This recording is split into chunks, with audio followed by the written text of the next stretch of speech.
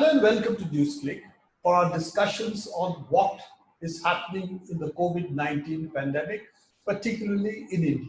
We'll start with simply looking at the broad figures, and then we will drill down a little into how these figures are coming about in India, what's the trajectory of COVID-19, and where we are.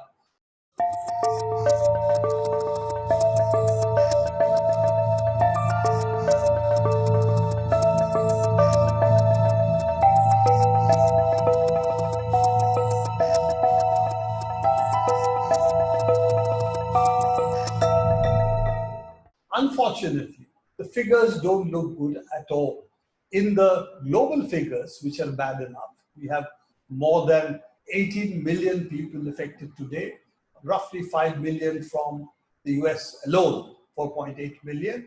But Brazil and India are doing pretty badly, and India particularly is unfortunately showing signs of being the fastest increase in the world today in COVID-19 cases. Now, that is something very, very worrying. That if you look at not just the broad figures, the base figures, which we can feel, okay, we are still behind, considerably behind the United States, which is 4.8 million, we're only 1.8 million. Brazil is 2.7 million, so we're not that bad, we're only third highest in the world. But in terms of new infections, today, we have overtaken the United States, which is consistently above us for quite a long while. And we are running well above Brazil. So in terms of new infections, India today is appearing as the epicenter of the global pandemic. Make no mistake about it, that we are becoming the global pandemic's epicenter, something which the government doesn't seem to talk about, is not addressing, is not taking any measures, and we are talking about lockdown 1, 2, 3, various unlockdown phases. So all of that now is this whole issue of how to address the pandemic has been given up now by the central government. I'll come back to that in a minute, but I also want you to look at what are the figures of deaths. And if you take new deaths, and we are looking at the Worldometer site, which gives you the global picture based of course, on Johns Hopkins website and its details, Indian deaths today are the second highest in the world in terms of daily deaths, what I call the new deaths. These last 24 hours, how many people died. And Mexico is number one, but Mexico's total number of infected or new cases are relatively much lower. So in that sense, if you take new cases and new deaths into account, India is really the epicenter of the pandemic, and all these claims that our deaths are not that bad and so on really don't hold good, because you have to look at the number of people daily being infected and the number of people who recover, yes, and our recoveries are relatively slower than the total number of people who are actually getting infected per day. We have to look at daily figures. It's no point in looking at total figures. So if you're looking at the figures, we shouldn't look at what are the total figures of recovered or the total figures who have been infected. Those figures are good for historical data. But the current pandemic's trajectory can be seen by the new deaths, the new infected, and the new recovered. And if we take these figures into account, India's figures show that our pandemic is actually increasing.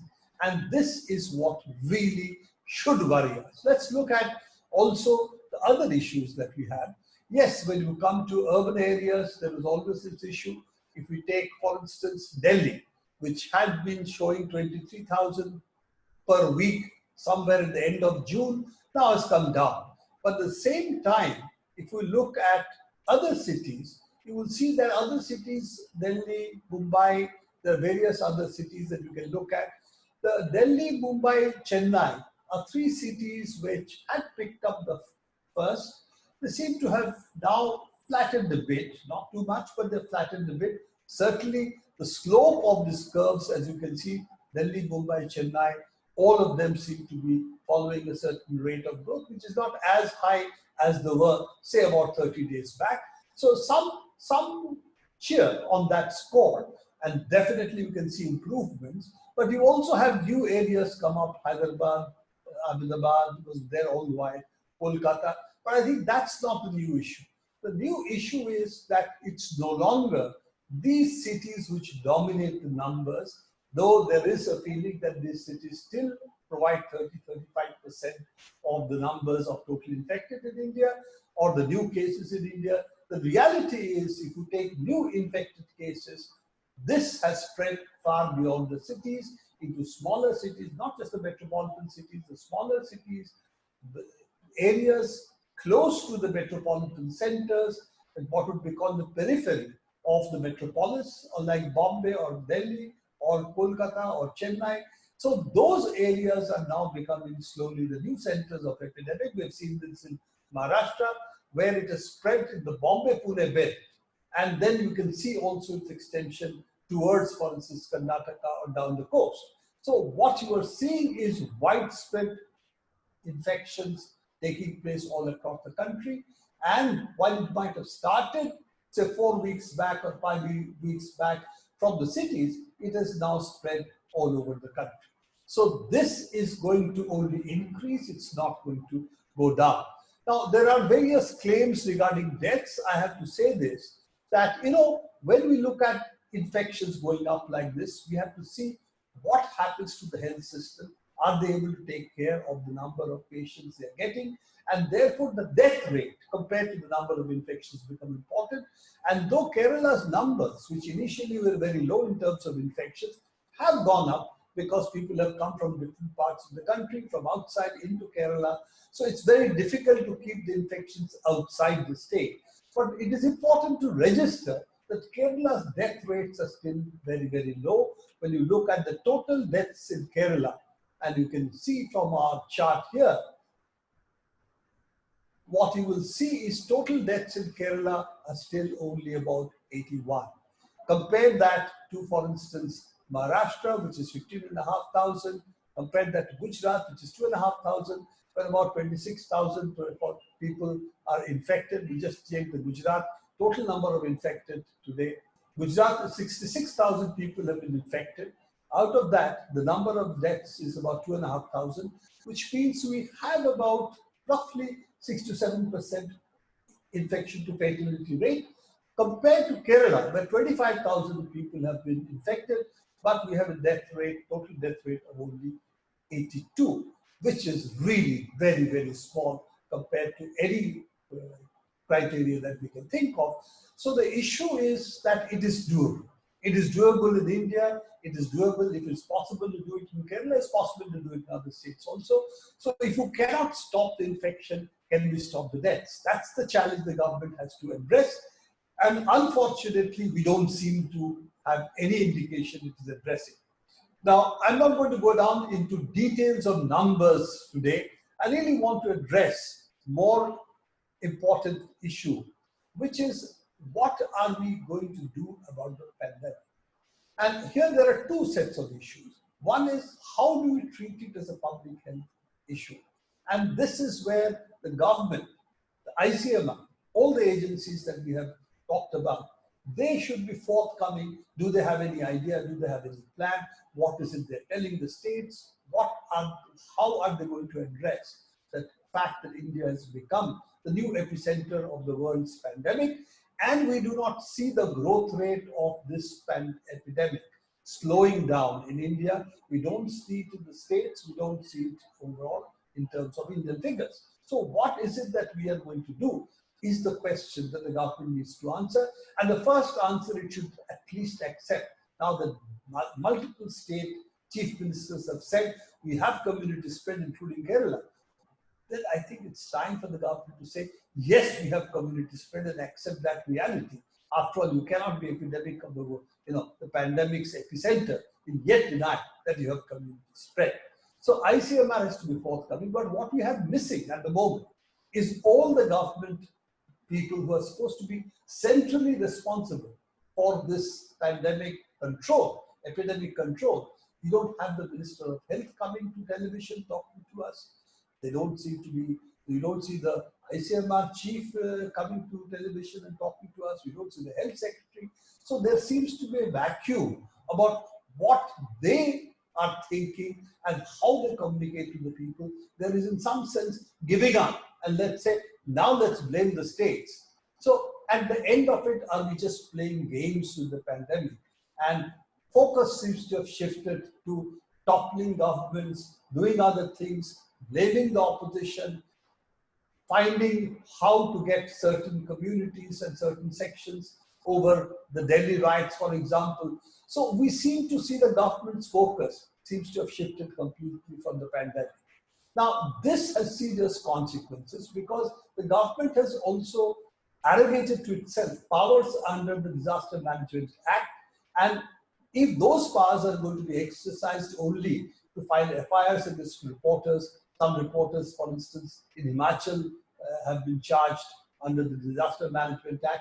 We have seen other examples also. I think one of the fairly well-known television figures has been charged, and one of the charges in Himachal was under the Disaster Management Act again. So this is not the use of the Disaster Management Act. It should be used to actually control the pandemic if you want those powers. It's not required to exercise emergency powers to control the epidemic. There is enough powers already with the government. The question is, what is the will to do? I'm not going to go into the details of that today. We have discussed it enough number of times. How do you track and treat are the key elements today in how to control the pandemic. And obviously widespread testing is how Delhi has brought its figures down.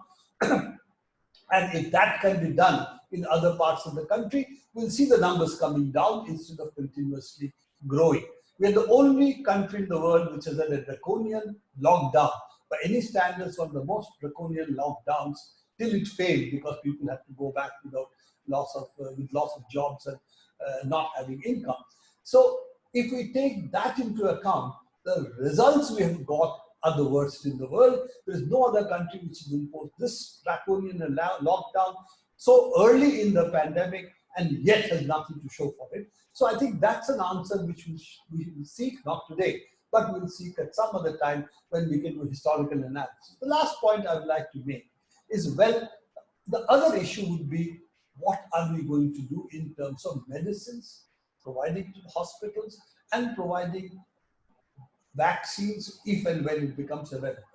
As far as medicines are concerned, we know that remdesivir works well, not well, works modestly in the initial phases, but if it is available cheaply, large number of people use it. Even if it has a 15 to 20% effect, that means we'll get 15 to 20% people recovering much faster, therefore controlling the transmission of the disease as well. This shouldn't cost us more than 200 rupees to have 6 tablets to find the course of remdesivir. Yet, government doesn't seem to have taken any steps to move, break the patent if required, and make it available at a mass scale, because this is something we can produce very quickly and at scale. We don't seem to have anything that remotely resembles taking steps on this count. The government is content to leave it to the Ciplas, to heteros, and other people who are charging something like 32,000 for a 6 capsules, 6 files, and when that cost should not be more than maybe 200, 300 rupees. So that is one part of it. The second part of it is, of course, that as we know already, we have to control the reaction of the body. The immune system is attacking the lung, and dexamethasone has been known to be effective. It has significant reduction in number of deaths on those who are in ventilators or those who are on the oxygen support. What are the steps government is taking? Has it popularized this? Has it made dexamethasone available widely? Those things we have yet to hear. So what we have is a silence on that count, and we really don't know how the public health system, which is the first line of defense, who should make available testing. It shouldn't be individuals' responsibility. Widespread testing, cheaply available, so that people can check themselves. It's community transmission. It's already there. So those steps are not being taken. I think this is something which is very significant. And the last part, vaccine. If we do not raise the issue now, when the vaccine will become available, I'm optimistic it will become available, because there are a number of vaccines now going under field trials, what is called the phase 3 trials. We will have a vaccine by the end of the year. Will it be available to the Indian people? We have absolutely nothing on that count to Nobody's telling us anything about it. We have certain things, private sector companies like Serum Institute has talked about, but let's face it, they are private companies. They will get from AstraZeneca the ability to make the vaccine and transfer it to others. But they are under first choice that who pays first will not be India. Who will get the vaccine will they not be India? It's going to be UK, which is already reserved for itself 60 billion files in the vaccines. It will be second, will be the United States, who have given a lot of money. I think it's about 1.2 or 1.4 billion dollars they have given to AstraZeneca and Oxford for the trials of the vaccine. So those vaccines, we are not going to be the first one to get it. When will we get it? Even when we get it, will we get it at reasonable prices? There are another 4 vaccines which are already in phase 3 trials. 2 of them are Chinese. There are also 2 Russian vaccines going into trials. The Indian vaccine, which has been talked about earlier, that is going to take time. That's the phase 3 trials will take at least till March end to complete. So we are not in a position to talk about that vaccine being the first vaccine that we made available in the world. So the question is, yes, we'll start getting vaccine in the world. When will the Indian people get it? We have yet to hear from the government any plans how they want to proceed. It seems they're again dependent completely on the mercy or on the, shall we say, the kindness of big pharma, who has not been known to be kind in the past or even currently, to make vaccines available to the world at large and to the Indian population. This is doubly sad because we have both the ability in the country in terms of science institutions to duplicate any vaccine made anywhere very quickly. We have the laws which are there, Article 92 of the Patent Act, which allows for breaking of any patents under conditions of health emergency as well as conditions of an epidemic, both of which are currently true. And we don't seem to see anything happening on that count as well. So I think this is the key issue that we have to think about today. How do we handle the public health crisis which is there already? How does the public health system become the first line of defense, not the private health system, which is not the one which can work during epidemics efficiently?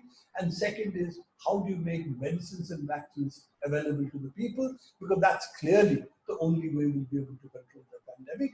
And if we don't control the pandemic, it's very clear from what the United States is seeing that the economy does not have an upturn. The United States has a year-on-year loss in the Q2 of roughly 33% of their GDP, which means that whatever we may talk about reopening the economy does not reopen because people will not spend unless they feel the epidemic has gone. And this is the brutal reality that you have to face. That the pandemic versus economy is not the issue. It is really defeating the pandemic, defeating the epidemic locally and nationally in every country, as well as globally, that you will be able to reopen the economy. That is something which at least the political leadership in India does not seem to be addressing or thinking about. This is all we have in NewsClip today. Do keep watching NewsClip. Do visit our website and look at our YouTube channel.